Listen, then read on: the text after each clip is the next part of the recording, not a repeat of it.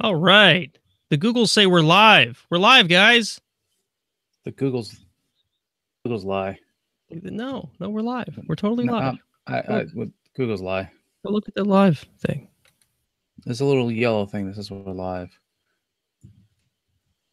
That You sure that reminds me, works? It's been so long.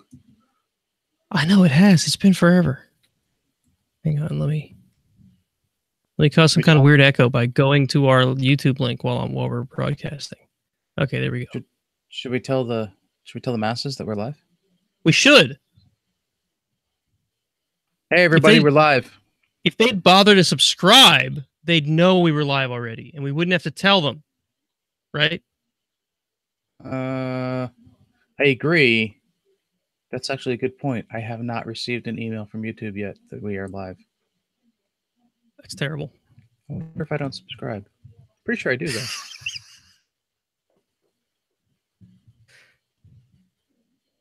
Let's show up later when I don't want it.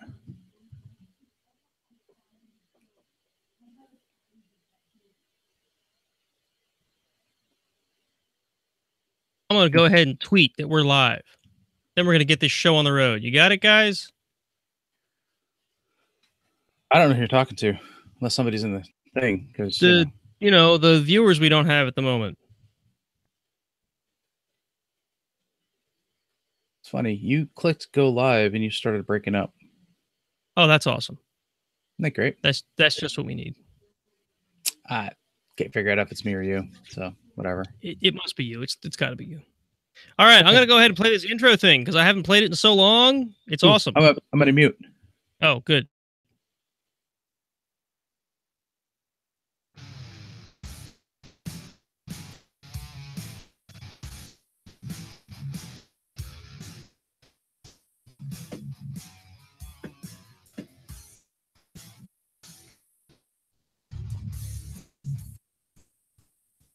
Welcome to the Iron Sysadmin podcast, your source for IT news, commentary, and a healthy dose of paranoia. All right, everybody. Welcome back to the Iron Sysadmin podcast. It's been, a month and a half since we've recorded? I'm really sorry about that, guys. I'm your host, Nate, and as usual, joining me from his pink missile silo, although he's got most of the pink covered up by bookshelves now. Man, I don't know what you're talking about, pink missile silo. It's me, Jason. I'm here. Is it mauve? How does this work? I don't remember. It's so long. I don't remember. I think that we talk and I record it, and then we somehow the internet listens. Are you listening, internet? Or the internet. A lot's been going on. I guess we can get more into that into the chat. Let's I guess we'll just get into the news, huh? What do you think? News sounds good. Let's say yes. And then we go. Start talking about the news. Yeah, do with this news thing. Do with the news thing. All right. So Ars Technica tells us that Google has started rolling out a feature. I guess it's in the next release of Android that will prevent you from installing the Google signed apps, that is like the Google Play Store and Google Maps and, the Google branded things, on uncertified Google or Android installs. I find this interesting because I used to be a pretty heavy custom ROM user, and I remember the pain that I had to go through to get the Google apps on there. I always had to get them from a third party, which was always kind of sketchy. Looks like Google is finally taking a stand at preventing you from doing so, which is kind of an interesting move. Google's taking away our rights. Totally. My right to run their code on my cracked machine thing. Yeah. I hereby declare that I'm going to boycott using Google Android devices. Are you going to march on Washington or something? No, I'm just going to not use them. Oh, well, that's not hard for you since you don't use them anyway. Wow, that was easy. Wow. Easiest boycott ever. Don't change a thing about your life, and you're already doing it. Good job. Hey, activism, it's a thing.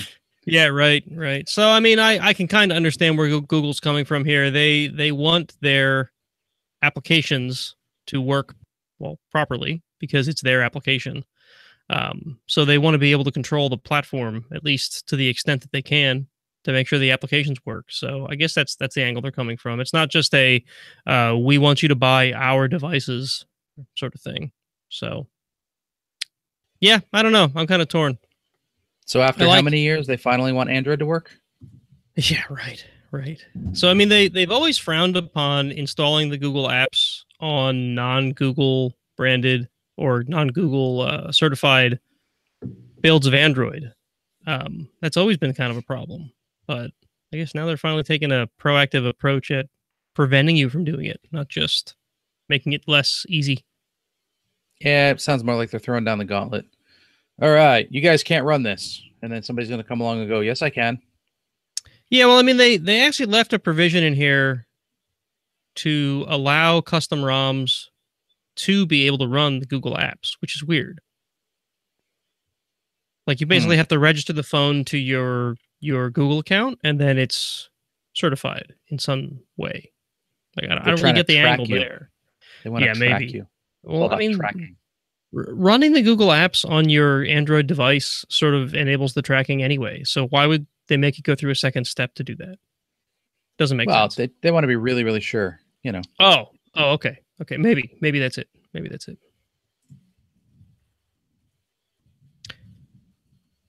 So, I have sort of an odd question for you there, Jason. Do you like boobs? Of course. I mean, who doesn't? Maybe some women don't like boobs. I don't know. I don't want to get too deep into the boobs versus not boobs argument here. However, if you own a set of boobs, and this may go for men too, because men can be susceptible to breast cancer, right? It's not like a women-only thing. We don't want to be breast cancer men can absolutely get breast cancer. It's just very, very rare. Yeah. So apparently, and this is an older article, maybe you've already heard about this, but apparently there is a chemical in asparagus, and I think other vegetables, but asparagus is where it was found first, that is actually proven in lab animals to further the spread of malignant cells in breast cancer patients. I found this be an interesting article just because you wouldn't expect a vegetable to hurt you in such a way, right? Especially if asparagus. I've been convinced asparagus has been out to kill me forever. So asparagus is just evil, right? Yes. But I mean, asparagus is viewed as a very healthy vegetable. Like a lot of diets will suggest asparagus over other vegetables for this reason or that. Now it turns out it could be linked to breast cancer, which is kind of scary. I see. So the government is pushing it as a healthy food to control the size of the population. Through breast cancer? That's horrible. It's not much more horrible than some of the other conspiracy theories out there. Come on. So are you feeling all conspiracy theorist by the other article we have coming up? Yes. Yep. I've triggered the inner, well, I don't know. It's not that I'm working on it. I'm going as conspiracy theory as I can. Look, I spent this weekend at a security conference, and because I'm about to trash the hell out of the main speaker, I'm not going to say the name of the conference. Oh, good. But this guy was a CISO for someplace, and he presented a lot of information that was, shall we say, suspect, and spent a lot of time explaining how, you know, the government was doing this, and this was a conspiracy with this, and it was a little. I think what we need to do immediately is stop using Let's Encrypt, because apparently that's run by the NSA, so they can track us and get into our computers. So Mozilla is the NSA, or is the NSA posing as Mozilla? I think it's just a front for the NSA. I think is what Mozilla is a front for the NSA. Yeah. I was deeply disturbed by this whole talk. It was really bad. They're in pretty deep then. Yep. So you know, it's not. I don't think it's that far of a jump to go to the government using asparagus to try to control population. But asparagus doesn't have anything to do with Mozilla. The NSA invented it. They invented asparagus? Yes. I believe that. I'd go with that. I read it. I read it on Reddit. You read it on Reddit? Yeah. Are you 1% of Reddit users? Man, I love this graph. Okay, so the next article is from The Outline. I've never heard of The Outline before, but I could not resist this article because it's like, really? No one thought of this, huh? 1% of Reddit users cause 75% of the drama. Like in everything. Yep. Like in life. Like in any social network ever. This is sort of ridiculous. It does have this cool graphic at the top, though. It's apparently like with a little right underneath. I love it. The red dots show the troublemakers. Yeah, right.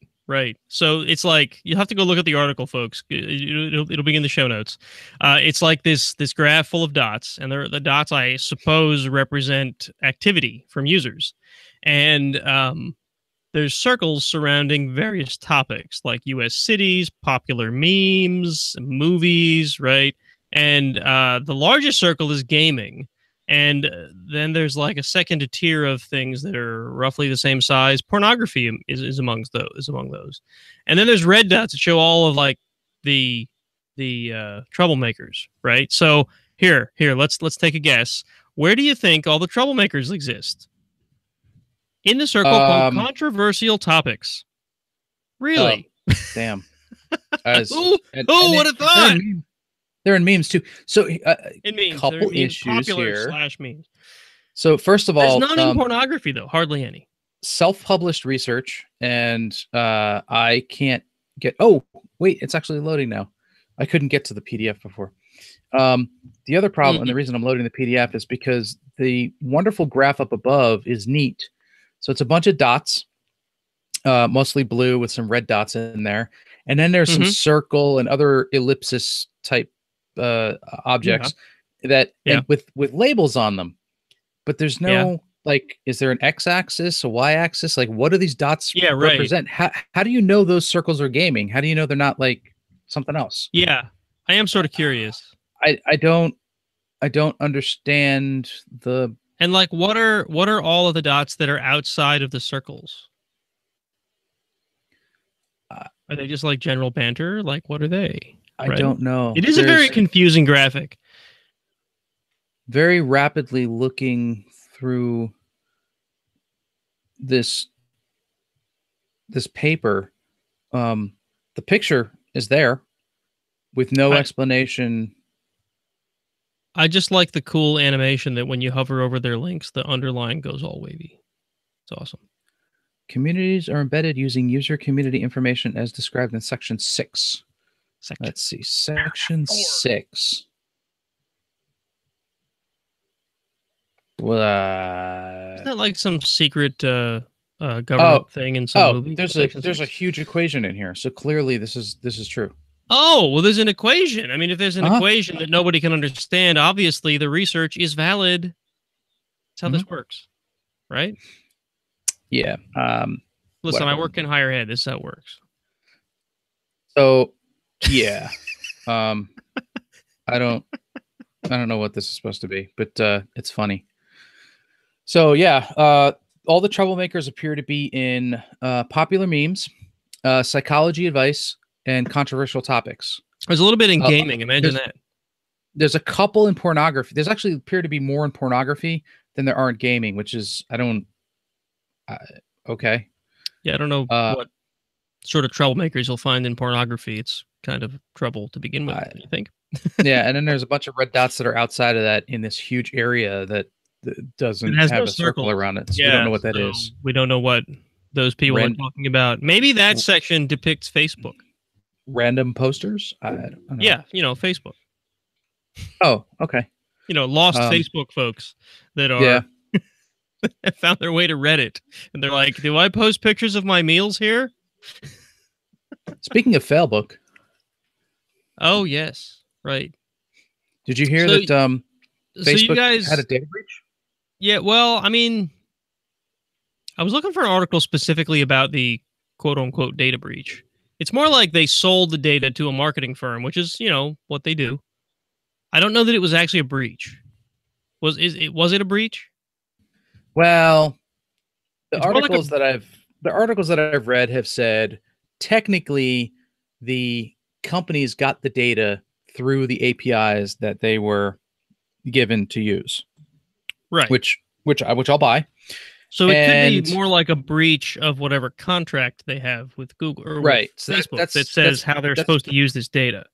right. That's pretty much what they're saying. Is it's not a breach, it's a breach. You know, it was a here's all this data. Don't use it badly. Yeah, don't be mean with our, or don't be bad with our data. Right. And I don't understand what happened because they put rules in place, and that's supposed to prevent that sort of stuff, and it didn't. It's really nobody ever weird. breaks the rules, do they? I mean, that's just weird. Well, no, I mean, yeah, I don't know. I'm at a bit of a loss. I mean, the rules should have prevented this. So at any rate, Facebook. So Quartz reports that Facebook is basically losing market share. Surprise, surprise, because people don't trust Facebook anymore. It took this for people to stop trusting Facebook. So if you are in the market and happen to have well over $150 per share, you can go buy some Facebook stock, which has dropped roughly, according to, well, this graph only ends at like 130 or so. It was a little above 160, say 162. And this graph shows it at about 154. Let's see. It's gone back up though to one. It was down as low as 150, and it went back up again. It's at at 160. I'm not really a stock guy, but it's at 160 right now. Which does this graph like update? Let me look. That's gonna play some god awful music or something. No, yeah. So it dipped down earlier today and then went right back up. So, hey, if you're in the stock market and you want to buy Facebook stock, you missed your chance. It was at noon this afternoon. Yeah, you go back in time, buy the stocks. That's the way to do it. And while you're there, go buy some Bitcoin. You have to go a little further back though. Like a month or two. Yeah, you could do some pretty good stuff over the past month. So, all right. The Earth is flat. Oh, this article is awesome. This article is so awesome. So I mean, I gotta credit this guy. He built a freaking rocket. I mean, not a very great rocket, but a rocket nonetheless. He is. If you were to compare his rocket building success to my own, it's a 100% difference. As in, he has built and flown one rocket, and I have built and flown zero. Okay, so I am absolutely in awe. His rocket is steam powered. It is. It's steam powered, and it does not feature curved windows that make the Earth appear to be round. Right, which is because, so as the story goes, so that we can fill you in, he built himself a rocket because he believes the Earth is flat and he's going to go up in the air and prove this. Yes. So he built a rocket that finally took off and managed to go 1,875 feet in the air, which, if you do the math, is roughly a third of a mile. And is also lower than most airplanes fly. But his rocket didn't have that curved earth glass that all the planes have. So because if you go up in a plane, the reason the Earth looks curved is because the glass in the planes is all designed to put that curvature in the Earth, because it's all part of the conspiracy theory from the government. So, such a conspiracy. Yeah. So, I mean, like I said, I got to give the guy credit. He built a rocket and he actually flew it. Yep. And so wait, hold on. One caveat: he did not die either. He what? He did not die either. Oh, right. Yeah, they were a little concerned about him dying. He flew the rocket, didn't die. That's I mean, come on. That's a win. However, the rocket is steam powered, and apparently he somehow built a trailer home or a mobile home into a ramp to get the rocket off the ground. Right. That's in the article too.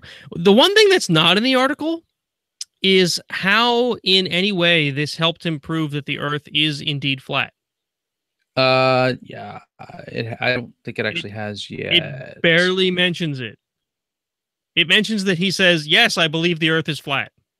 Not that the rocket flight helped him in that at all, one way or the other. So what was the point? Was this just like a test flight? Was this like, oh, this is my first rocket. Let's see if it flies. The next one's No, going no, to no, go, nope, you nope, know, nope. 2/3 of a mile. Not the first rocket. The first rocket allegedly was in 2014 and traveled 1,300 feet, but there's no footage of it, and there's no. The only thing that he has is a broken rocket from that one. Oh, okay. And I don't see it in here. There's another story. I think it was over on Engadget about this. His next attempt is that he wants to launch the rocket from a balloon. Launch the rocket from a balloon. Well, he wants to get higher in the air. So if he goes up in the air with the balloon first, oh my god, a balloon that'll fly higher than that anyway. Oh god, that doesn't have windows. So he's going to launch the rocket off. I can just imagine someone trying to launch a rocket off of a hot air balloon.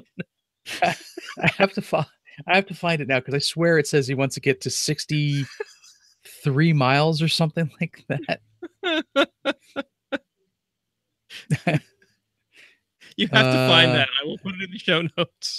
We have to back this up because if it's true, I can't wait. There it is. Flat Earth advocate finally launches his homemade rocket. The video is in here too, which is kind of cool. Oh, okay. So that's not from the LA Times?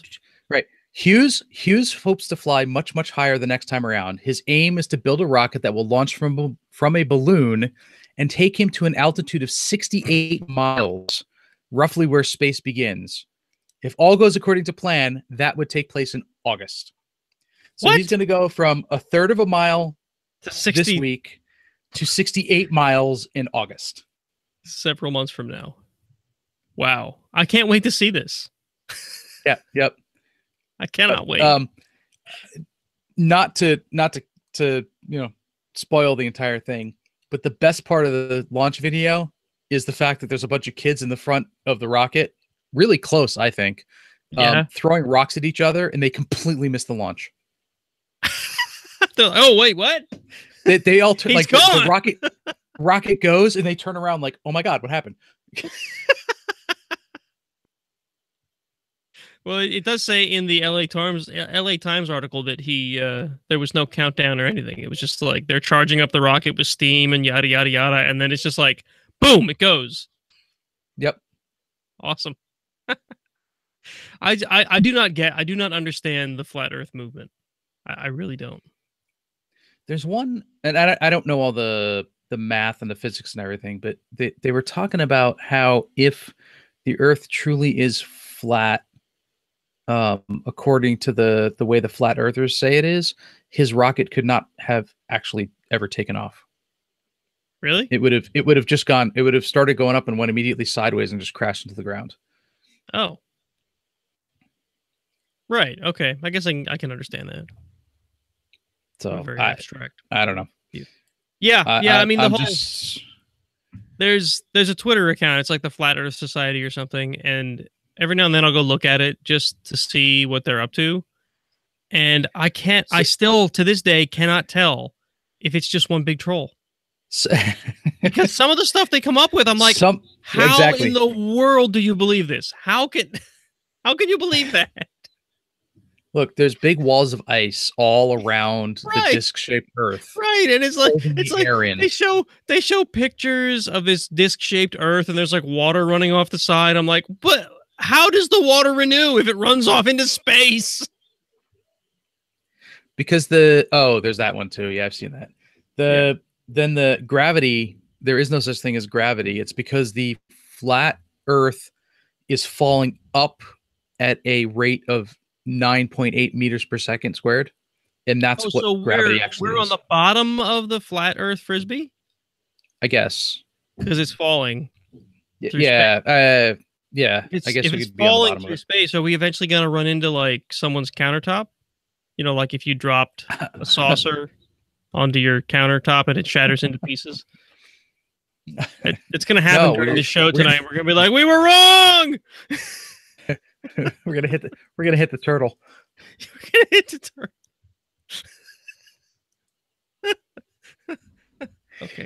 Okay, kids. It's not fun to make fun of people who don't believe the same thing that you do. These guys are really dumb, though. This is just ridiculous. I'm sorry. If there are any listeners who believe that the Earth is flat, please tell us why. Convince us that it is not round. I want to hear from you. I think. Ditto. All right. Let's move on before we get hate mail. Did you hear about Facebook? Yeah, that's like this social network that keeps all the data, right? Do you hear they're in trouble again? Right. I don't know if they're really in trouble. This is more or less like. All right. So Ars Technica, again, I think this is our second article from Ars Technica tonight. So apparently, I mean, as you know, if you're a Facebook user, Facebook tracks a lot of your data. And as you may or may not know, you can log into your Facebook account, go into settings, and you can download an archive of all that data. It's apparently a very large archive because before the show tonight, like an hour and a half before the show tonight, I logged into my Facebook account and I said, give me my data. And it said, we'll send you an email when it's ready. So either I share a whole lot, which I don't, or the amount of data they have on me is huge, or they put a really low priority on building this archive because they don't really want to give it to you. I'm going for that one. But anyway, I'm still waiting on the email. Once I get it, I'm going to go through it and see if any of this data that this article is referring to is in there for me. I'm thinking that it won't be, just because of the way I have my settings, my privacy settings on my phone set up.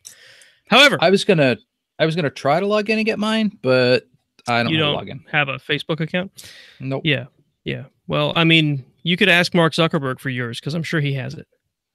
He does. We go way back though, so I gave him permission. He's cool. Yeah. So this guy named Dylan McKay did what I just described. He logged in and he got his data from Facebook. And as he was looking through all the datas, he said it was a very large archive. I don't know. I didn't notice if this article referred to how big it was, but I heard another report that said it was like several hundred gig. You'd think that he would tell us how big it was. I mean, size matters. Size totally matters. I'm just scanning through the article. I don't see it, but it was large. Maybe he shares more than me. I don't know. But in the in the data, he found call logs of like I guess his girlfriend calls? Or something that he was calling. Yes, telephone call logs, like date, time, outgoing versus incoming versus missed, and the person in which he was calling or called him. That's not creepy at all. Not creepy at all. I mean, I don't know if you're looking at the article, but it's in there. He put his girlfriend's phone number in there? That's kind of not right. No, it looks like either he whited out the number or it's not in there. But it shows a name, which could be like the other person's Facebook account name. I don't know. Yeah, because those are fake. Yeah, right. Those are totally fake.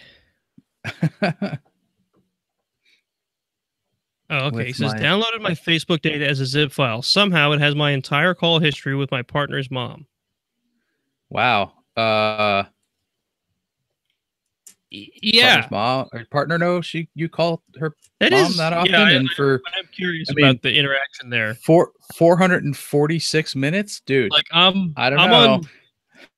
I'm on okay terms with my mother-in-law, but I gotta say I don't really call her that often. No, it's actually not that often. The duration on some of these is insane, though. Yeah. What is 446 minutes, 120 minutes, 115 minutes? Yeah, I guess that's kind of seven and a half hours. Now, remember, we have no context here. For all we know, his partner lives with her mother or their mother. For all we know, it's a guy. Who knows? And stop it! I'm making fun of this, and it's fun. Okay, you do that. But what if Dylan McKay reaches out to us and says, "You insensitive louts"? Because he's British and lout. Isn't that a word that the British use? Listen, have you ever listened to Smashing Security? Because he's always making fun of other nationalities. I'm going to do it too. Who's the insensitive one now? Anyway, Boy. once Off I the finally get my rails. archive, if it's not too large for me to actually download, I'm gonna look through it and see if I can find this data. He's going to post it here online for everybody to view. Yeah, right. So you can see every time I call my wife before I leave work to let her know I'm going home, and that's really the only cell phone calls I tend to make. That's Yeah. what he wants us to believe. So at any rate, Facebook responded to this. Let me find their response here.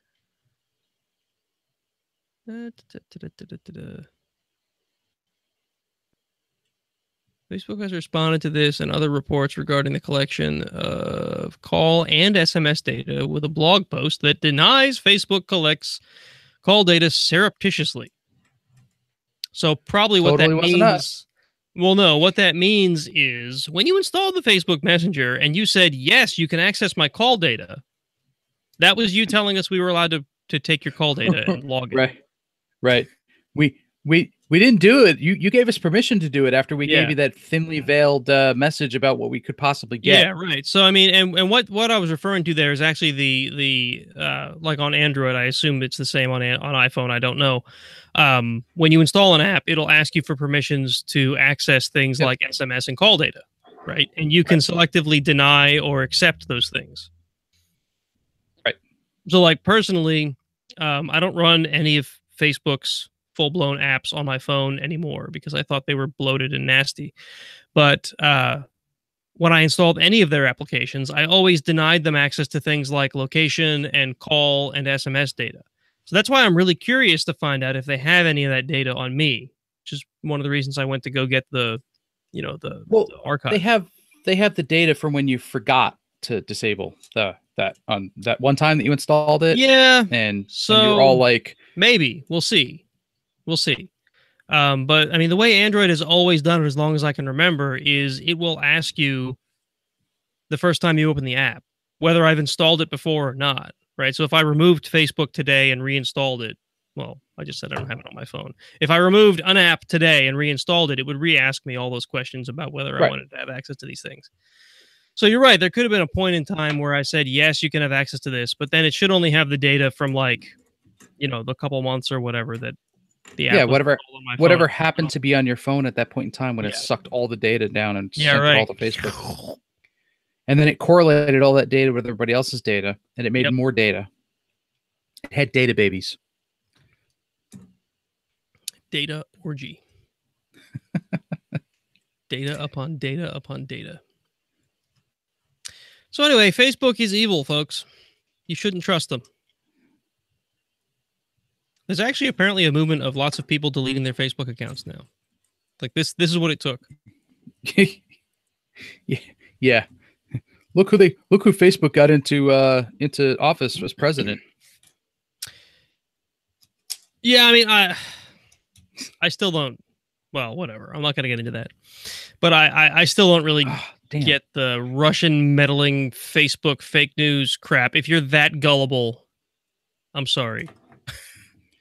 I'm sorry you got fooled into voting for somebody who was not who you thought they were. On a side note, did you hear that apparently a porn star is accusing Donald Trump of having relations with her? Several. So it's weird. It's more than one now. More than one porn star, or more than one relation? More than one person. Do you consider I think she was a Playboy model. Was the other one? Well, I don't know. Does society refer to Playboy models as porn stars? I don't think so. So no. Okay.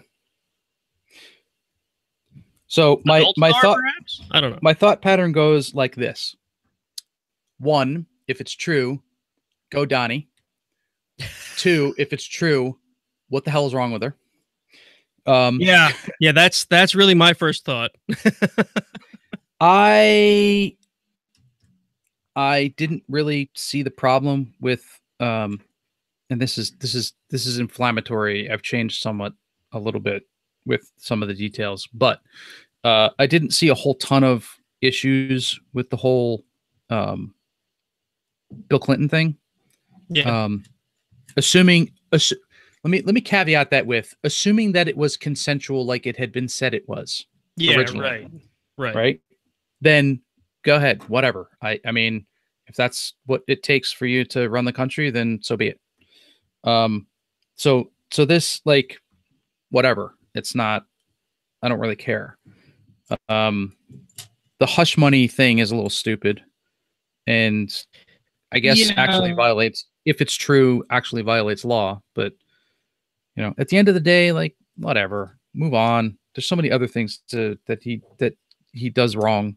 That They really are. I that mean, if this is I think what this demonstrates, and it also was the crux of demonstrated and the fiasco with Clinton occurred, was that it demonstrates a dishonesty in the person running the country.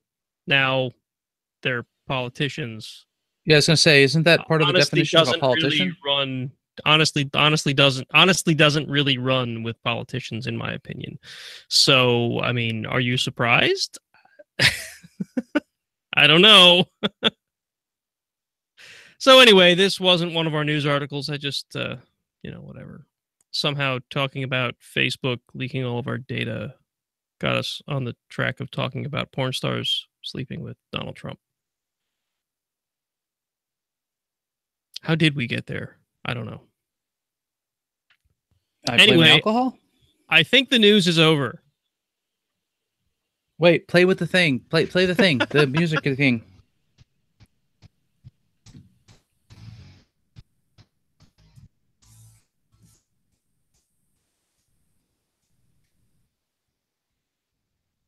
You look like you're building something. Yeah, Been like, adjust. I got a new watch band.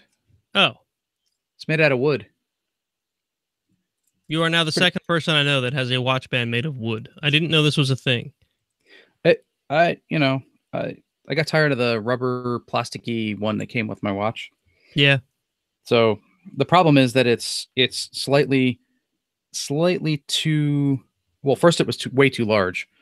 So I took a link out of it. And taking that one link out, it made it way too small. So there's these other sized links that you can put in place. Oh, there's smaller links to go in place of the bigger links. You replace the small links with the slightly larger links, which I did. I did one of them and it helped, but it didn't help enough. So now I'm trying to put in another large link. And so you are building something. I seem to be having an issue with it this time. So I can't get Interesting. I can't get. Oh, there it goes. I get it in. Yay! Bang! As it smashes through your desk. I think I saw your camera shake bad when you did that. Oh, it's possible. That would be bad if it banged through the desk. But they even gave me this cool tool for popping the links out. Yeah. So, that's nicer than the one that I got with the watch band that I replaced mine with. Mine's like plasticky. It did the job, but it was not great.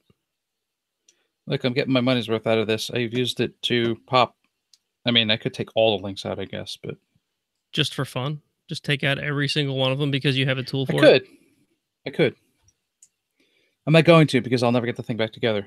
I can barely see the damn links on this one, but yeah, this either fits or it doesn't. And if it doesn't, well, then damn. So anyway, what comes next? I forgot.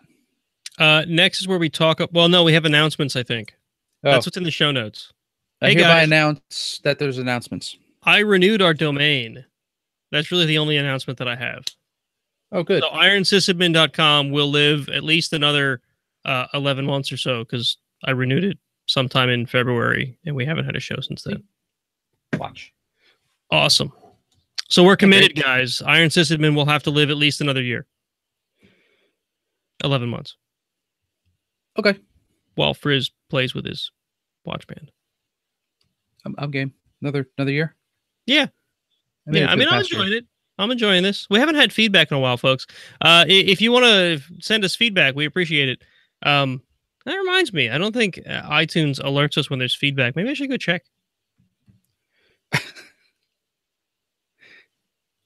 Maybe. You're going to do that now while we're live on the air? Why not? Okay. All right. I can remember what is it? iTunes Connect? So we'll do it live? We'll do it live. I could type. I can't type live. No. So anyway, what's going on with what's going on in your neck of the woods? Oh, I can't do this because I'm not logged into LastPass. I don't know my Apple account password. Okay.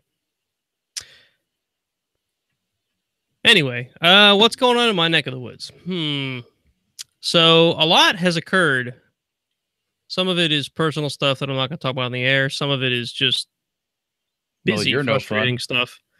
Well, no, we had some family stuff. Nobody's sick or hurt or anything, but well, it's relationship type stuff, not related to anybody in my immediate family, but someone close to my wife. And well, it had her upset. She's been stressed out over it.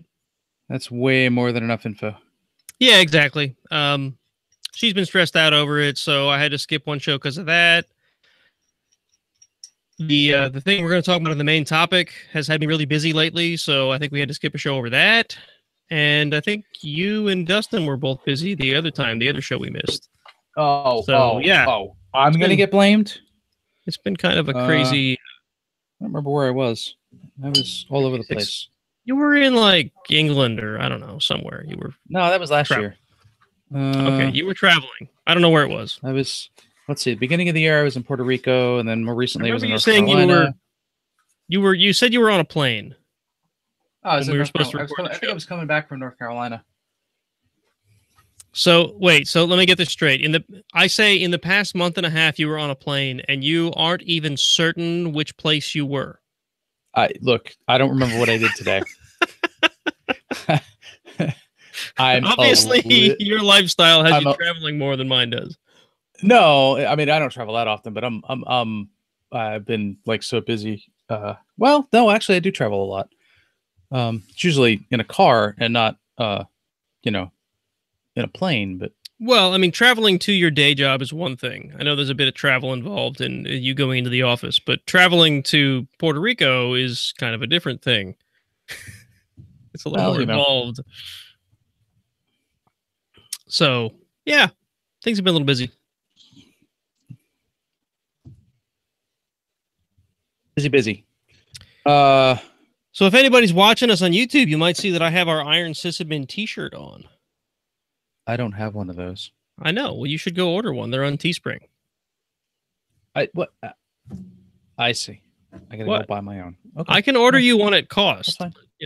That's fine. I know. I just go buy my own. Fine, go buy your own. Teespring. How do you spell that? Teespring. Iron Sysadmin. Iron Sysadmin products at Teespring. Get your own page and everything. That's great. I think that may be an auto-generated Teespring thing. I don't know. There's a bunch of Viking stuff and some fireproof stuff. See some ugly Valhalla Christmas shirt. Wow, neat. A whole bunch of shirts that I don't understand. Hazleton's called Mob City. That's weird. Yeah, I got the same thing. Apparently, it's checking location data. Yeah, I don't know what the hell that means. Oh, it's only available till tomorrow. Then you can't buy it anymore. Oh, did you find it? Yeah. Congratulations. Somehow I think that tomorrow, in an hour, I'm sorry, 1 day, 2 hours, 5 minutes, and 57 seconds, it's going to tick over and go, oh, better hurry up. You can only get this for the next 2 days. Yeah, no, it auto-renews. So, yeah, I mean, the way Teespring works is you set a number and how many days it has set. And I guess that has to do with how they do their production runs. Right. So this way it's predictable for them, right? That's how they keep their costs down, I think. So they're set to 1 and they're set to like 5 days or something. So if one person orders, they will get their t-shirt printed and sent out within 5 days. So nice. There you go, folks. Go order shirts. Unfortunately, the price is, I don't know. It's a little high for a t-shirt, I think. $22. But that's just the cost of Teespring. I may look for a cheaper t-shirt vendor. I don't know. You could do that. Add to cart. All right. I guess I shouldn't In tell my you guys that cart. the products are expensive and you shouldn't buy them. You should totally go buy them. They're awesome t-shirts. Every t-shirt It's a will t-shirt. benefit the show, so you should do that. I will say, having purchased Teespring t-shirts before, I'm not thrilled with the company, and if it wasn't an Iron Sysadmin thing, I wouldn't actually buy another t-shirt from them. But the Yeah. t-shirts are actually very high quality. Yeah, it's a good t-shirt. This has been washed several times and it still holds up pretty well. The printing's nice. You know, it's good. I like it. So, I think it's a Hanes actually t-shirt, so the shirt Hanes itself tagless is, tee. there you go. So They do they do hoodies, they do like coffee mugs, all kinds of stuff. So if you guys want memorabilia from Iron Sysadmin, please speak up and we can set up more products. The t-shirt sales haven't been going well, so I haven't expanded. But if you guys want something else, just send us feedback. Podcast at ironsysadmin.com or hit us up on Twitter, Iron Sysadmin. Or you can hit either me or Jason directly at Gangriff or at Xenophage. You can figure out how to spell Xenophage. If you haven't figured it out yet, you should go back and listen to every episode of Iron Sysadmin because he left clues. yeah, there's no S in it. There's no S. Okay. I don't think there would have been. I guess maybe. I'm trying to be helpful.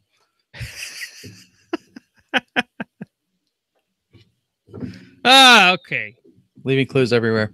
And for a good time, go to a shell prompt and type curl parrot.live. Parrot.live. Uh-huh. Do I have to pipe it through sudo bash? No, just curl it. Go ahead. Give it a shot. I'm afraid to do this live. It'll only take a second. You guys can do it. Everybody out there, all at once. See if we can take down the server. Curl parrot.live. Live. Wow, that's awesome. Isn't that great? Yeah. I just came across that today. Boy. Stop on its own or just loop forever? I didn't let it run long enough. Do I have to probably lose forever. Control C. There we go. I'm not going to tell you what it did. You guys are going to have to go try it yourselves. It didn't do anything malicious that I know of. Jason now has control of my machine. Nothing that I know. It's funny if you go to parrot.live in a browser, it takes you to the source code. Wow, so this is the only website in existence that actually is designed to work with curl and gives you relatively useless data through a web browser. What happens if I do it through wget? That would be cool. Just gets you a file. What if I view it with links? View it with links. I didn't use links in forever. Let's see. wget parrot.live. Oh, I don't have wget. A long time since I used that. We're gonna spend the rest of the show looking. Oh wow, it takes you to GitHub if you do it with. That's cool. Wget there either. Forget it. I don't know what happened. Somebody write in and tell me. Too lazy to go install wget. Yeah, it takes you to the GitHub account, and it's some sort of Node.js thing. So pretty cool. Using wget, it gets you a file. Yeah, it's probably the GitHub page. Yep, looks that way. Yeah. So this is designed to work with curl. That's hilarious. Yeah, it's probably just looking for the user agent string. Well, yeah, but it's just the idea that somebody would design a page to work with curl. I don't know. That strikes me as funny. What's the other one? There's I don't know if it exists anymore, but there was the traceroute command that would get you the scroll from Star Wars. Yes, I remember this. Now we have to go look that up. Traceroute. 2013. Wow, it's been a long time. It has.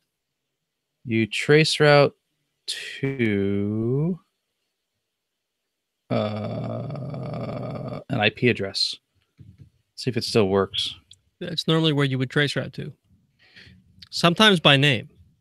Right. Well, I was just You think they would have registered a DNS name that made sense, like S, W scroll or something. I don't know. Yeah, I don't think it works anymore. This is no fun. That sucks. It's totally broken. Internet has destroyed this really cool thing. That's a shame. I mean, after 5 years, why is it still not running?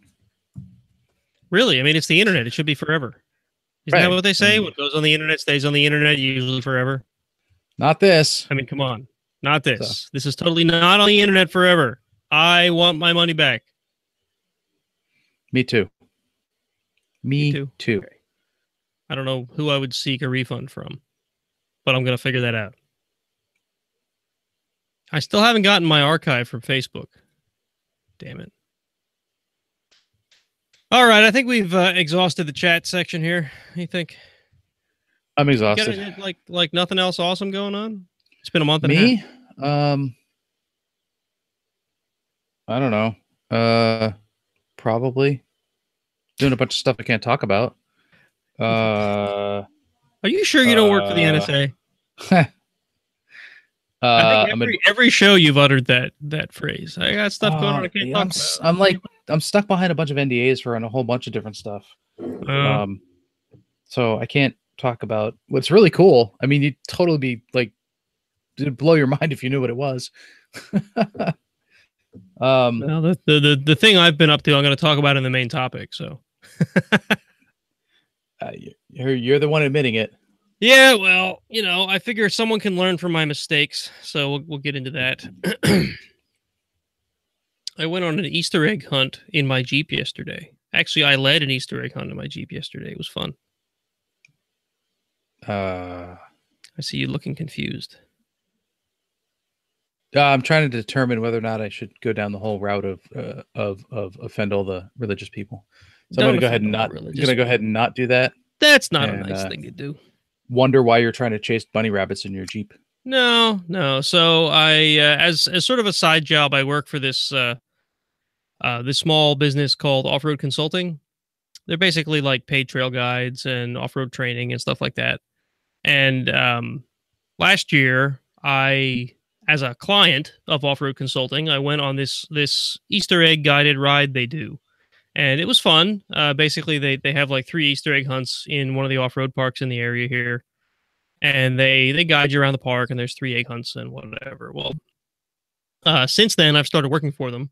And this year, I got to guide the off-road egg hunt. It was fun. I got to guide a bunch of people around the park for a day. And my daughter came along and helped out, and she helped organize the egg hunts. And, it was a good time. Although there was snow on the ground, which made it kind of an odd egg hunt. We had to hide eggs in the snow. There were snowmen. Okay. There was actually a little snowman. It's odd. Global warming must be a real thing. Maybe there's climate change. Sorry, it's not global warming anymore. Because it's not, when there's snow in spring, it's not warming, it's cooling. It's climate change. Can we touch on any other like political topics tonight? How do you feel about guns? I don't know. Let's see. We've but our topic list is pretty wide tonight. We've talked about religion. We've talked about religion, porn stars. We talked about boobs. Yep. We talked about medical stuff. I don't know. I think our show is just expanded so rapidly and has covered such a wide swath of everything that it's wonderful. Right. All right, play that funky I think we're music. Gonna move on. Let's move on.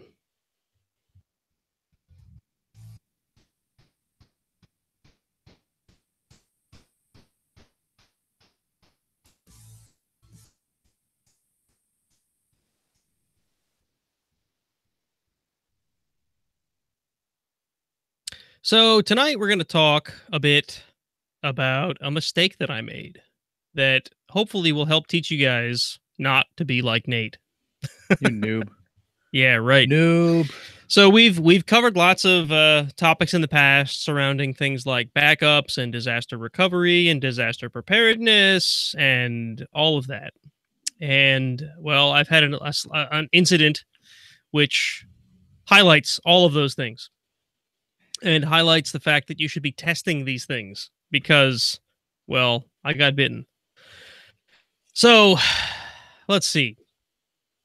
End of February 21st, I think it was. I only remember that because it's like burned into my memory now. I was working late because I was meeting a friend after work. And I went to log into a VM in our dev environment through the console. We run Red Hat Enterprise Virtualization for our virtualization platform. So I was logging into the management system. So I get to the console on the VM. It's very similar to, like your vSphere management interface. And I got an error that the database was not running. Now, I've run into this before with Rev. It usually means that the hard drive filled up. So I went and logged into the machine, and sure enough, the hard drive was full. So Postgres had stopped to keep it from eating itself alive, which is a good thing, right?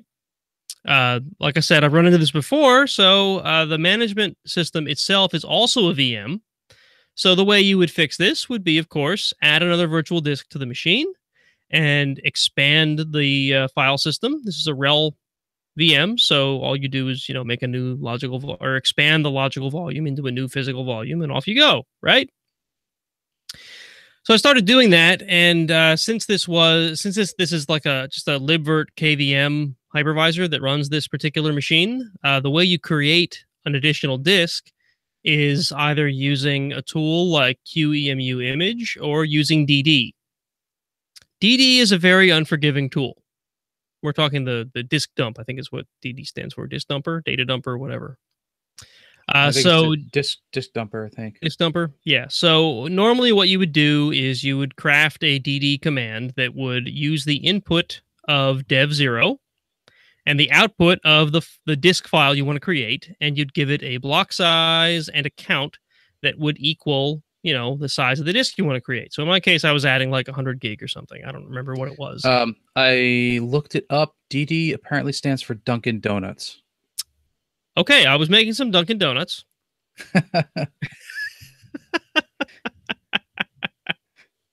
Indeed. Wait, that might not be right. That may not be the proper iteration of DD. I'm almost positive it's like disk dumper. Let's check the name DD. Hang on. The name DD is an allusion to the DD statement found in IBM's Job Control Language, JCL, really? in which the initials stand for data definition. Data definition. That actually makes more sense than disk dumper. So anyway,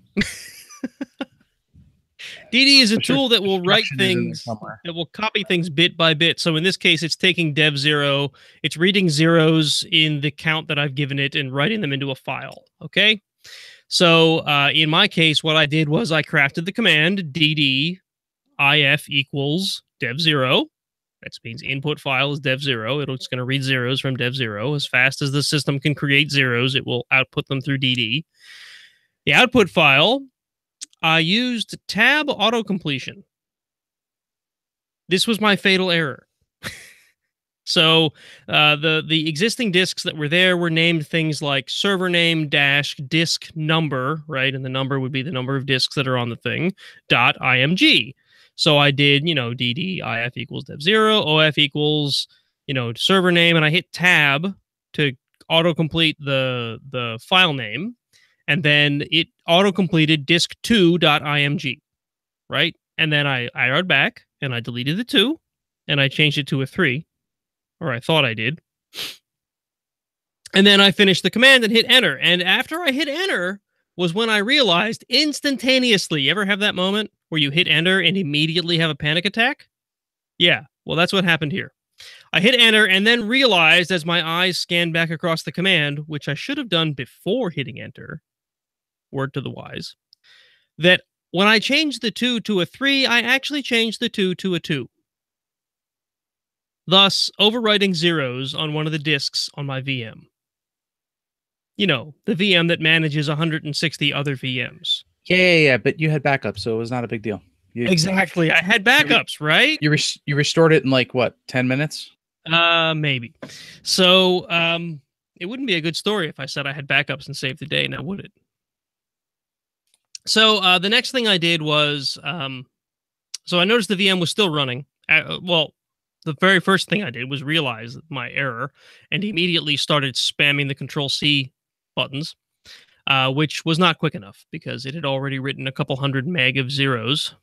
Like I said, as fast as the system can generate zeros, it writes them. As it was writing the zeros, of course, it overwrote the disk. Now, um, if you've ever overwritten a file that's already open and has an open file handle, you'll know that in some cases that data is not lost until the file is closed. Right? So this file was opened by the VM. The VM was running while I created the new disk image. Right? So the first thing I did is I logged into the VM. It was not exhibiting any signs of disk corruption yet. So what I decided to do in sort of a panicked last-ditch effort is I used DD to take the physical volume that I had just accidentally overwritten and piped it through Netcat out to another system to write a new disk image based on the disk image that the VM could see. And that's when you overwrote the second disk? No, I didn't overwrite any disks that time. I was more careful. Oh, okay. However, it didn't work. The resulting file was basically a blob of data that couldn't be recognized as a disk. And I sort of expected that, but it was worth a try. So what I was left with was a VM that was still running, but not running well, that I couldn't add any disk space to, so I couldn't make it do the thing that I wanted it to do, which was simply start up the database. So I could actually get into Rev and do anything at all. And an overwhelming sense of panic.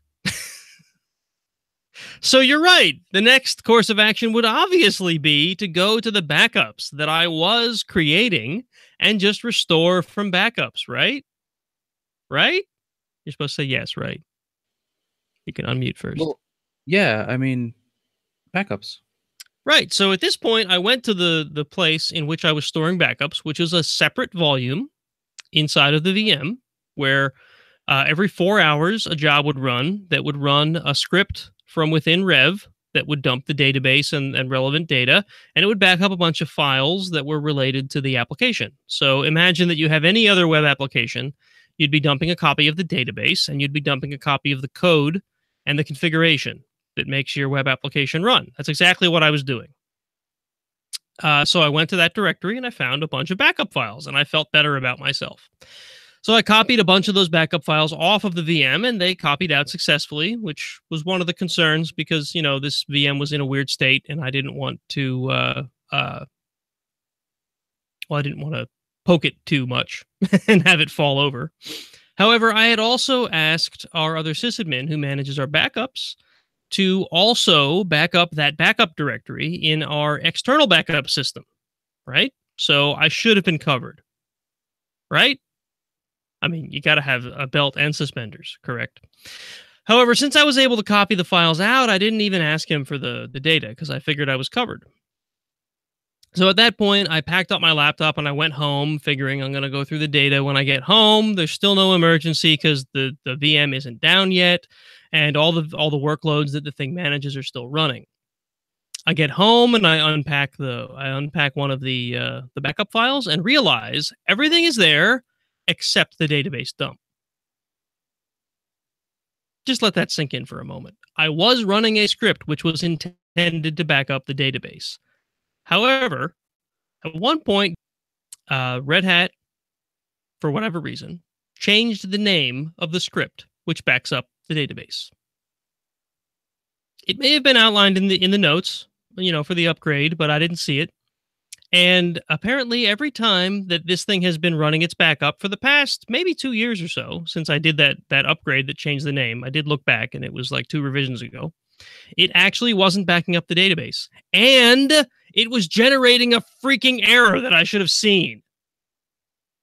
I don't understand because you test your backups monthly, right? Yeah, right. Hey folks, you should test your backups frequently. So what you need is to now rename your machine to Failtrain. This is the whole reason I'm talking about this, because I thought I was covered. And time management being what it is, workload being what it is, things got missed. And because things got missed, I ended up with a broken Rev manager and 150 VMs or 160 or so VMs with no manager anymore. And it led to roughly a month of panic and dread and anxiety on my part. Okay, so over the course of the past, well, about the 3 weeks since we realized we weren't going to be able to recover this VM. Oh, I didn't even cover the best part. The external backups. Remember I said that the backup directory was also being backed up by our external backups?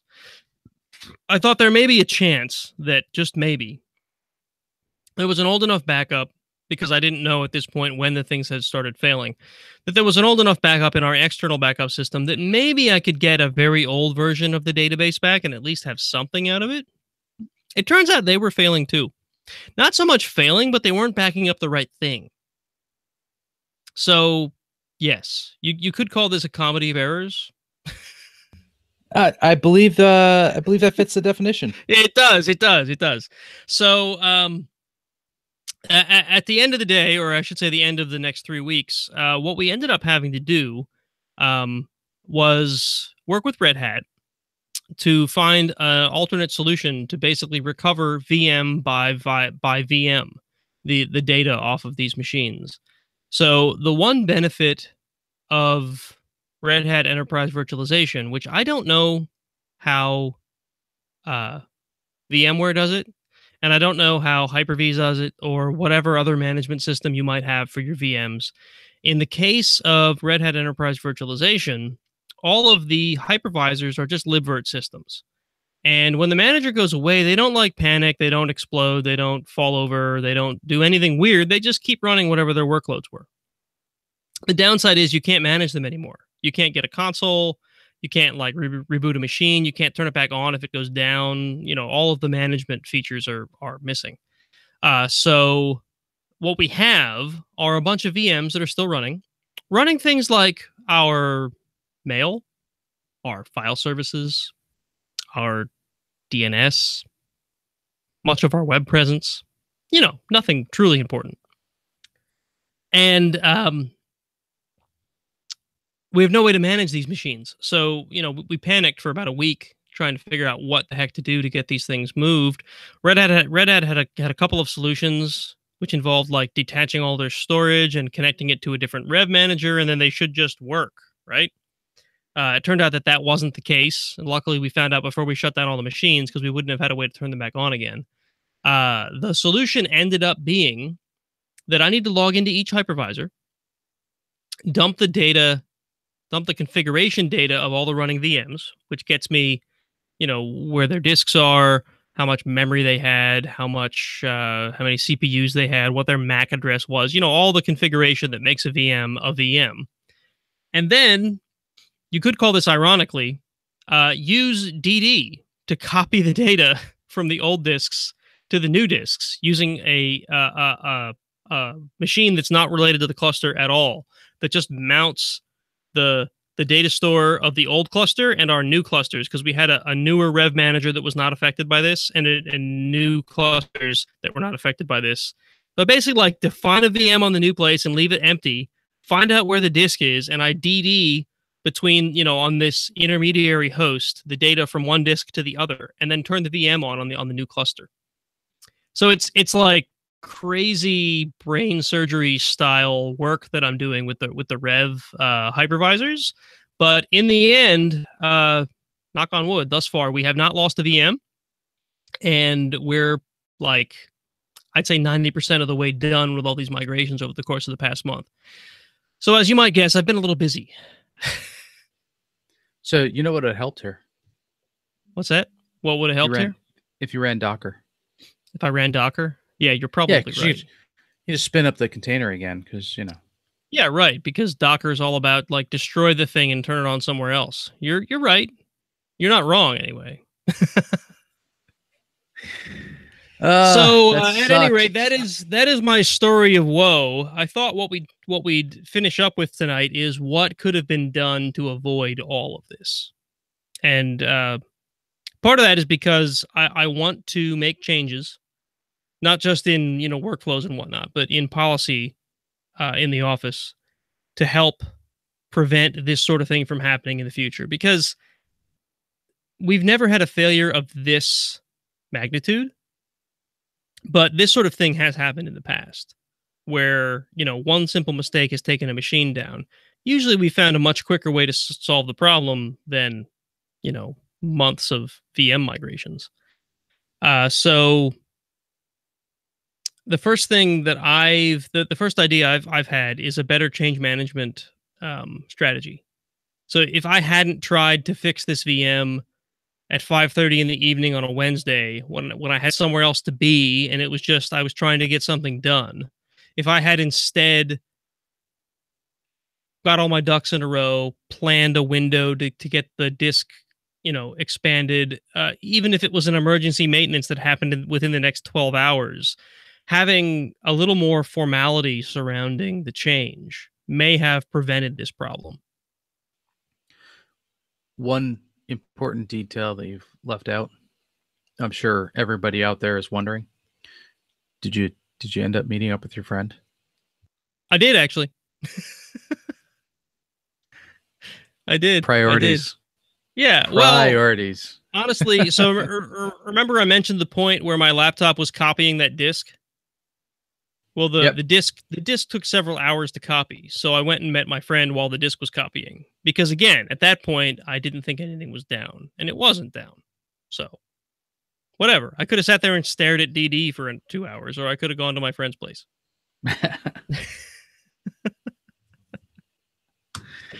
So change in the industry that I happen to be in, change management's a big thing. So, tracking every little thing and dotting every little T and crossing every little I is imperative to making sure that things go right. Right. So, I mean, I've thought. I mean, as you might imagine, I have agonized over this one little typo for the past month. The first 2 weeks after it occurred, and I was still working with Red Hat to figure out what our path forward was. I was having trouble keeping food down. That's how worked up I was over this stupid mistake. You could have blown off some steam by having an iron sysadmin and drinking some beer and just chilling out. You may have guessed by the fact that I haven't lost 80 pounds that I did get over that and accept the fact that mistakes happen. And luckily, all of my coworkers, including my boss, have been very forgiving and reminding me of the same thing. Mistakes happen. So any of you out there that are in a position such as mine, and just remember that you can make mistakes. And when you do, especially when you're at the level that Jason and I are at, when you make a mistake, it can be a big one. I mean, I could have done worse, but not much. Yeah, I mean, you recovered semi-gracefully, it sounds. Yeah, so there was a weird circumstance roughly 1 week, in fact, almost exactly 1 week after this occurred, where all of our Windows VMs all of a sudden went offline. They were still running, but they couldn't reach the network. That's okay. No, that's okay. Windows machines, right? Yeah. To be honest, I'm suspecting that there was some sort of a network thing, and I can't explain it, but it felt like all of a sudden they dropped out of ARP, which doesn't make much sense, but yeah, it's what I had to go. Gonna go back to my previous answer. It's Windows. It's Windows, yeah, right. So it really felt like, because there was like a dozen machines that over the course of the following Wednesday, one by one would drop out. It really felt like something had refreshed. Like, I don't know. I can't explain it, but something occurred with that like 90% of the Windows machines we had running on these clusters just dropped offline. And we had to figure out, that was when we figured out the way to migrate these things using DD. Because I opened up a high priority ticket. You can I don't know if you remember from working with me who our Red Hat's account manager is, or if you ever have any Yep. contact with him. But Yep. you can Briefly. ask him like the panicked emails that I sent him trying to get him to escalate my calls, and he came through. I will say that Red Hat has been great through all of this, even their support. I was talking directly with some of their engineers at like 6 p.m. on a Tuesday or Wednesday night, trying to figure out how to get these machines back online. So yeah, they've been great. But yeah, we figured out how to migrate these VMs, and that was really the only solution. We couldn't get them back up and running on the old clusters because the manager was down. We had to get them migrated to a new home and get them powered back on, and that was the only solution. But on the bright side, having been through that, we figured out how to do these disk copies, and that was our path forward for all the other systems. So, when's the last time you tested your backups? Yeah, right. So that's the other point here. Once all these fires are out and these clusters are offline and all the workloads have been migrated, I think the next step is going to be to figure out a routine where we're testing backups for all of our important systems. So I don't know if anybody has a routine like that already in place. I'm sure someone does. I'm sure lots of folks do this. But figuring out how to work that into our already busy time schedules is going to be our biggest hurdle, I think. No, So that and automating monitoring of those processes that are doing the backups to make sure that any yeah. errors are caught and alerted on. So that's actually the other point. I don't know if you noticed at the beginning of all of this, I mentioned that the disk had filled up and the database had gone down. And the only way I found out about that was by trying to log into the application. So what does that tell you? Somebody else wasn't doing their job. Those monitoring guys. Yeah, right. So what that means is that this machine was not monitored, or at least not fully monitored. I think we had it monitored that the machine was up, but we didn't have any extended monitoring into it, checking on disk space and, Right. the health of the database and things like that. So that's something else that's got to be fixed. And I'm going to be honest, the reason that these things, I mean, these all sort of converged in one perfect storm or imperfect storm. But the reason these sort of things have been getting missed is because we have a relatively small team. There's only so much time in a day, and we're being asked to do a lot of things. And I think that resonates with a lot of IT departments. You're always asked to do a lot of things. You're always asked to do it as cheaply as possible and with as few people as possible. Oh, and you have one priority. That's it. Keep all the things running. One priority. No. Oh yeah. Everything is everything is priority one. High priority. Right.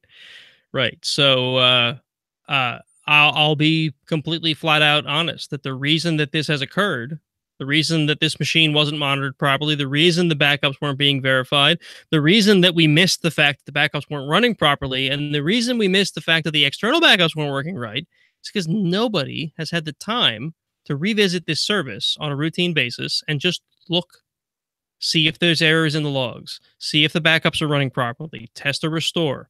We just don't have time to get it done. And I think the next, the number 2 on my list of priorities is going to be to set aside some time, either quarterly or annually or something, to just review each and every service, make sure it's getting backed up, make sure it's monitored, make sure the backups work, things like that. Yeah, that becomes so. There's a couple of ways to go about this sort of stuff. One is to do periodic check-ins. You're going to have to do it. You're going to have to make a single pass through everything you have at least once. Yes. And then after that, it's a matter of like, when you find something that's not configured properly, add it to your config management system. Go in, build a. Yeah. You guys are using Puppet, I think. So build a Puppet manifest that fixes that on every applicable server. Put it in there, make sure it's running. So I mean, then go to the next one. I guess the problem there, and maybe this is just a shortcoming of Puppet, and maybe there's a better way to do this, but each service is different. So like in the case of Rev, it runs a certain backup script, and those backups store a certain place. if I were to go to satellite and try to apply the exact same thing with Puppet, it wouldn't apply because things are in different places and backups are in Yep. different places. Yep. But So I mean, it's that's sort of the point. So you have to create a lot of custom stuff. But the basics of making sure that everything is monitored and making sure it's all out there yes, and set yes. up. But that's quick Puppet scripts. Automating, automating monitoring is the sort of thing that it's a low level, you may view as unimportant thing that has been on my list of things to do with Puppet for a very long time, and I've never gotten to. Again, because of time constraints and people constraints. And if you're lucky, by the time you get to it, Red Hat will switch over to Ansible. Yeah, well, And then you can they're do really already cool stuff. hot. They're already hot on that. Moving to Well, Ansible. they own it. So Yeah. yeah. So I mean, honestly, It's I think I may actually start the jump to Ansible and start working on these things with Ansible because I think Ansible is more flexible for this sort of thing. At least that's the feeling that I get. yeah, I'm a fan of Ansible compared to Puppet. I haven't used Ansible a whole lot, but from Yeah. what I've seen, I like it a lot better.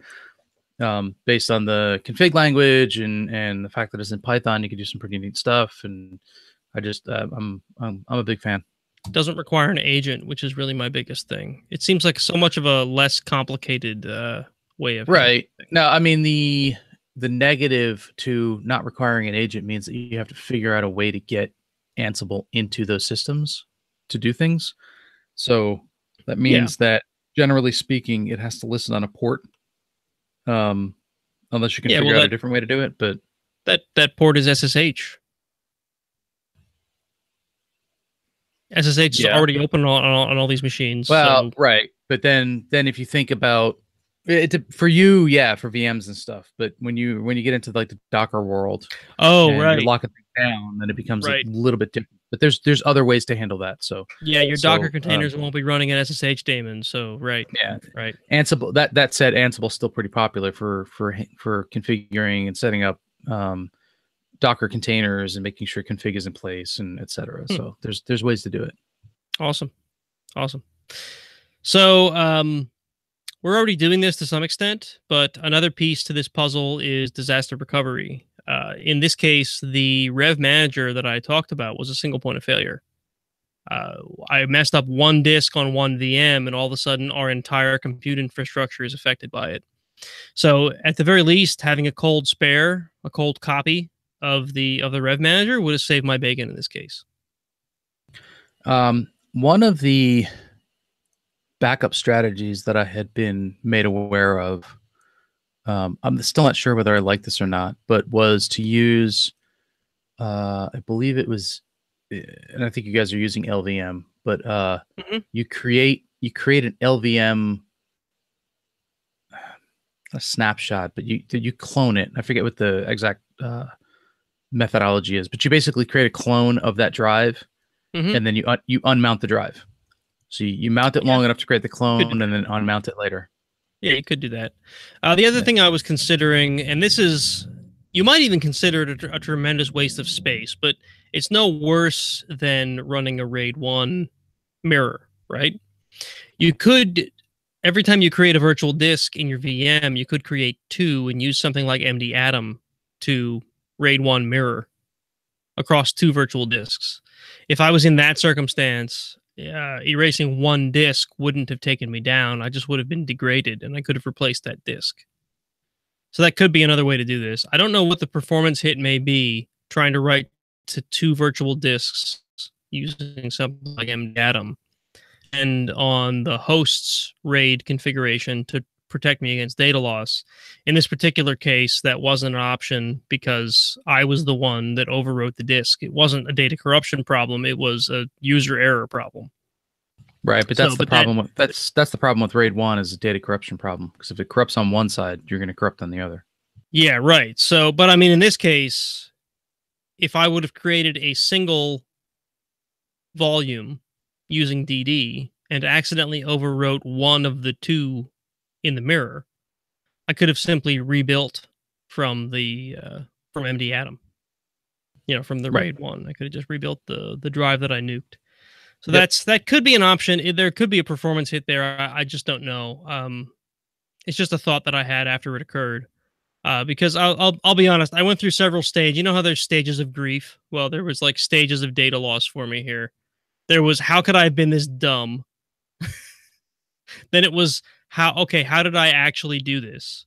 Then it was how can I not do this in the future? How can I prevent this? How can I put things in place that'll prevent me from being able to make this mistake?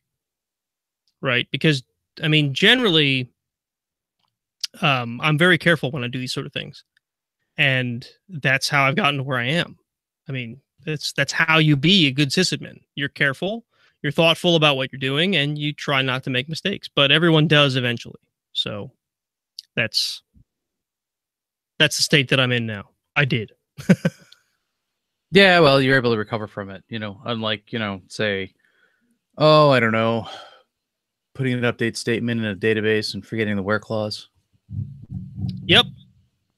That'll break stuff. Or as one missing colleague did, updating the password in a VPN system by using an automated button to do it and updating everybody's password to the same thing. Wow. Oops. Yeah. Why does that button even exist? Well, we're using 1Password to generate passwords. Oh, and there's a fill button in there, and the this particular VPN server, I guess, uses the same name on all of the password fields. Not entirely certain how that works, but it filled in all of the password fields on the entire page, to the tune of every user in the company. Oh, so this was like a page full of user accounts. Okay. Yeah, and they all had the same password. It's a little funny. We fixed that. Oops. I was able to recover the majority of the passwords because we had a copy of it for some reason. Are you copying just passwords? Now we've caught you. No. We had the database that had them. We had a copy of the database. That makes more sense. I think we had cloned the server. Yeah, we had just cloned the server. Oh, that's a pretty good backup. And we got like 95% of the passwords back. That's a win. And fixed that, but that's a win. Yeah, that was a oops. Right. These things happen. People are human. Yeah, exactly. And again, I think policy wrapped around change management would have prevented the issue to begin with, because there would have been more. I think there would have been more eyes on the solution, which would have prompted more planning. You know what I mean? Yep. And don't forget to put your policies in change management. Put your policies in. Then do you have to have a change management board surrounding your change management policies? No, when you go to change your change management policy, you have to follow change management to do it. Yeah, right. So yeah, that's pretty much the overall story. It looks like we're about 2 weeks away from full recovery, which is good for me. The first 2 weeks, I mean, man, I barely saw my family. It was bad. Because it was just constant, okay, try this, that didn't help. Try that didn't help. Try this, that didn't help. A lot of late nights at work, and then once we figured out the solution, these VM migrations, it was like, okay, now the phone system runs on here. The mail system runs on here. The DNS system runs on here. We're going to migrate at least enough of all of those systems that they're redundant again, so that if this old cluster goes down completely, we have redundancy on the new clusters. So that was like priority number one. I spent a week just moving VMs every hour of the freaking day to get these things done. Yeah, it was, stressful. Sounds fun. Oh yeah, lots of fun. I do not, under any circumstances, recommend this. No? I did lose 10 pounds. Excellent. I found my new weight loss regime. Yeah, right. I was joking with somebody, I forget who it was, that all I have to do is like once a month break a core server, and that'll be my diet. It's not a great diet, believe me. No, it doesn't. Does not sound like a great diet. Doesn't scale well, because then you just bounce back later. It's not good. You don't want to do that. On a more positive note, as a way of decompressing at the end of each of these stressful days, I've been reading the Phoenix Project, which is very very relevant. Yes, good book. I found it to be just what I needed. Like in a crisis like this, it has been just what I needed, because it's just, well, anyone who hasn't read it, you should. If you work in IT, you should read this book. Yeah, It's been very informative. I'm like 3/4 of the way through it, which, I mean, for me, I'm just not a big reader. I usually do audiobooks because I drive a lot. I mean, you know that. But yeah, I usually don't read fast. And in this case, for whatever reason, I'm just tearing through this book. It's a good book. It's a good book. So when you're done, you can read this one. The Goal. Yes, this is what inspired the Phoenix Project. That looks like a very thick book compared to the Phoenix Project. It's like 350 pages or so.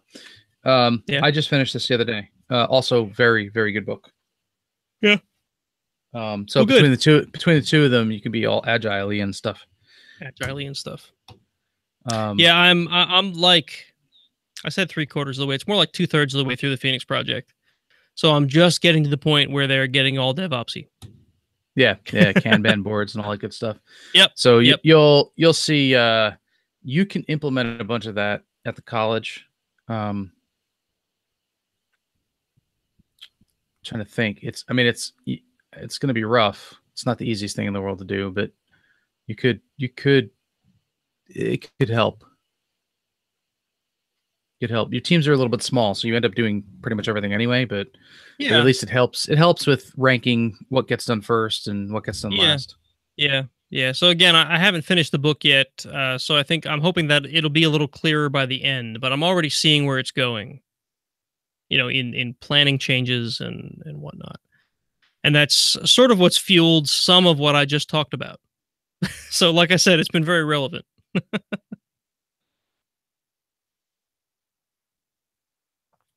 All right, so that's pretty much all I had for tonight, folks. Jason, do you have any final things to add into the conversation?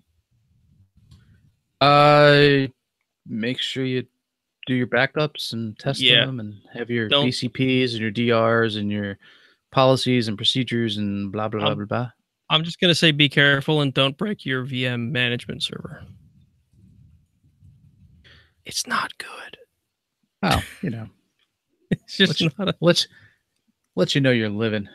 Even if you're trying to lose 10 pounds, it's not a good way to do it. No, not good at all. No, weight loss through stress is a bad thing. All right, so I think that's it for tonight, folks. Welcome back. Hopefully, we're going to be on a better schedule from now on. Things have just been crazy the past month and a half, right, Jason? Yeah, it's been a little nutty, little nutty. All right, so if you don't already know, we do this thing live on YouTube every time we record. It's how Jason and I communicate through, when we do the podcast, and I just record the output to audio, and that's where the podcast comes from. So if you want to see us do this live, go find us on YouTube. Just search for Iron Sysadmin. There's if you go to, what is it? ironsysadmin.com/YouTube, it'll redirect you to our YouTube channel, or just go to ironsysadmin.com. There's a link to our YouTube channel on there. We're not special enough to have a fancy URL. If you subscribe, ironsysadmin.com/YouTube doesn't work. Really? Maybe it was youtube.ironsysadmin.com. Go to ironsysadmin.com. There's a link for YouTube. Just go to there. Sorry, what's that? I had that before too, and that didn't work. It used to work. Did I break it when I moved us to WordPress? You may have. The link. I assume the link works because it sent me to the tubes of you. So you're right. Page not found. Huh. Well, anyway, if you go to ironsysadmin.com, there's a link all the way at the bottom in the footer for YouTube. Just click on that. That'll get you there. You can also use that to get to our Twitter and Facebook pages if you want to like us or watch us or subscribe to us or whatever on the various socials. If you do it on Facebook, then they'll know. And they'll know about all your calls and all your text messages. So, you can feel comforted in that you will have a backup of all your call log data. Also on YouTube, if you subscribe and hit that little notification bell, a Google employee will come and tap you on the shoulder whenever we go live. Right, Jason? That's how that works. Of course. Right. And then you'll know when we go live because we never go live on time. I still haven't gotten my email. You must not have clicked on the bell. I did. No, well, not even the bell doesn't say that. The bell gave me something about some other. I don't even know what this is. Great. I got notified about something I don't think I've ever seen before. But yeah, it's neat. Yeah, so apparently all of my redirects that I had are not working anymore. I'll have to fix them. We had one for Slack as well. If you go to ironsysadmin.com, there should be, under the How to Reach Us tab, there's one for Twitter and one for Slack. You can hit Slack and you can join our Slack workspace as well.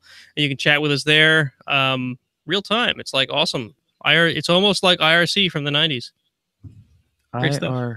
IRC. You remember that stuff? It's like it was like Slack, but without the emoticons. Sounds boring. Doesn't it, though? I mean, I don't know how we survived. And, of course, you can subscribe to us wherever you find podcasts. If you go somewhere and try to subscribe to Iron Sysadmin and you can't find us, please let me know and I'll get us listed. Iron Sysadmin, listed on all the things. Listed on all the things. If you go to, like, some shack in the Bahamas and ask them if they've ever heard of Iron Sysadmin and they say no, let us know. All right, I think we're done for the night. Don't forget about Patreon. Podcasts have expenses, and if you want to help us pay those expenses and buy beer so we can drink it on the show, then it is much appreciated. Beer. What kind of beer did you have tonight? What was that? New phone. Who dis? What? That's what it's called. That's what it's called. I wasn't kidding. That's awesome. I have a Evil Genius. It's a caramel macchiato porter. That sounds awesome.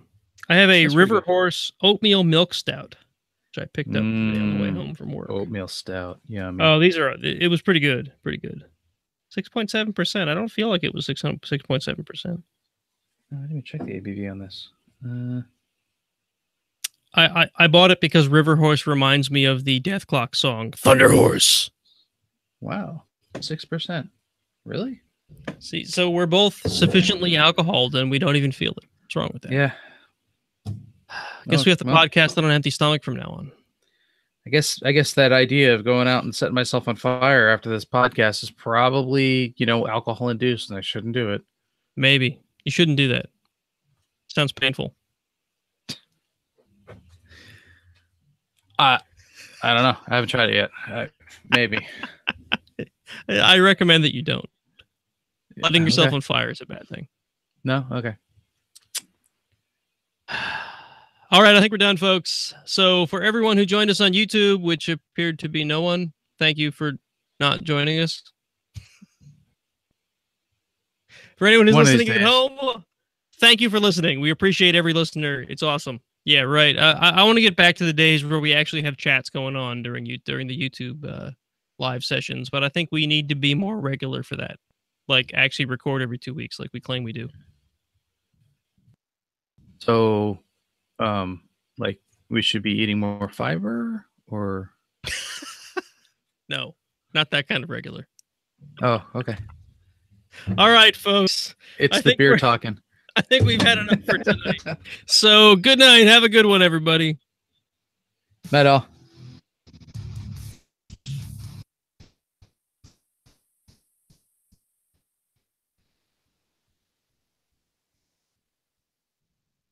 And buy some shirts.